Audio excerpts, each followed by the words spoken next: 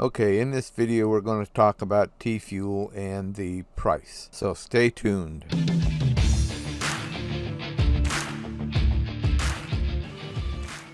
Bix Weir, in a recent video, seems to think that they will use the inflation of TFUEL as a means of controlling the price. If it starts getting too expensive, they'll add more TFUEL to the mix and drive the price down through that mechanism. I, on the other hand, disagree with that. I agree with a lot of what Bix says, but I don't agree with that. I think that what will happen is if the price starts getting too expensive for the partners using the theta network, that what will happen is the amount of TFUEL that you will receive per megabyte relayed will go down. Basically, what will happen is the amount that you will be paid for each megabyte relayed, as expressed in dollars, let's say it's 20 cents per megabyte that you relay.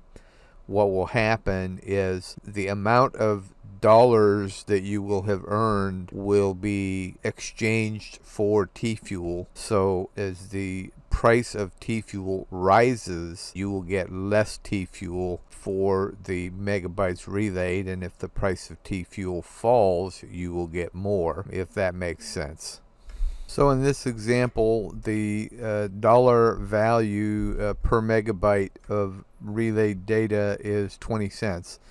So in the span of 10 minutes, you relayed 100 megabytes of outbound data, and that would equate to $20 worth of data at 20 cents per megabyte. TFUEL price at that time is $5, so you would receive 4 TFUEL. Now, if the price of TFUEL were to drop to $2.50, then for your $20 worth of outbound data relayed, you would receive 8 TFUEL. So the dollar value of outbound data relayed remains the same, but the amount of TFUEL received will vary depending on the price of the TFUEL at the end of the 10-minute accrual period, if you will. So basically what I'm saying is the first 10 minutes you relay 100 megabytes, and the price of TFUEL at the end of that 10-minute time frame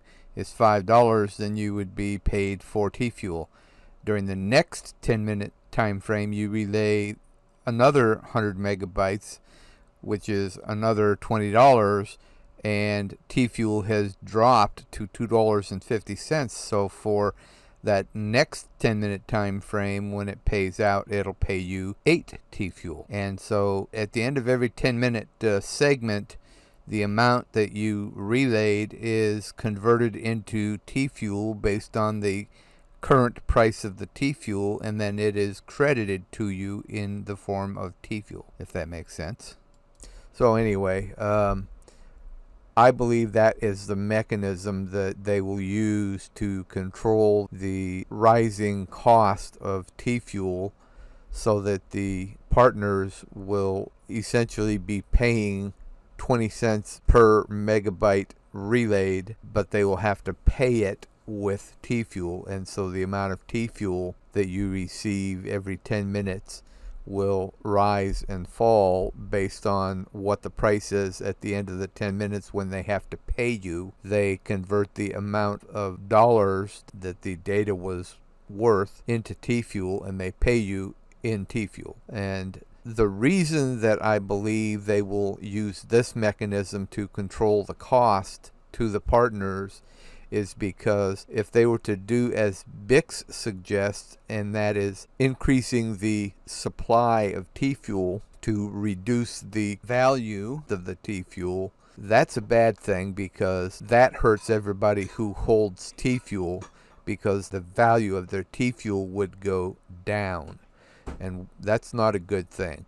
That is why I believe Bix's theory is wrong. Hopefully that makes sense. Look at it this way. If you're holding 200,000 TFUEL and it's worth $5 per TFUEL, you're holding on to an amount of TFUEL worth $1 million at that point. And if they decide, oh, the price of TFUEL is too high, so we're going to release a bunch more TFUEL into the market to drive the price down to $2.50, that means your $1 million worth of TFUEL in an instant becomes worth 500,000. You're not going to be a happy camper. Not to mention, how is that any different than the silver manipulation that Bix is always complaining about, and he's right there, where they're able to just dump a bunch of paper silver onto the market to drive the price down? How is them doing the same thing with TFUEL any different than that? It's wrong, and they won't do it. The inflation that is already planned, the 5%, is there basically to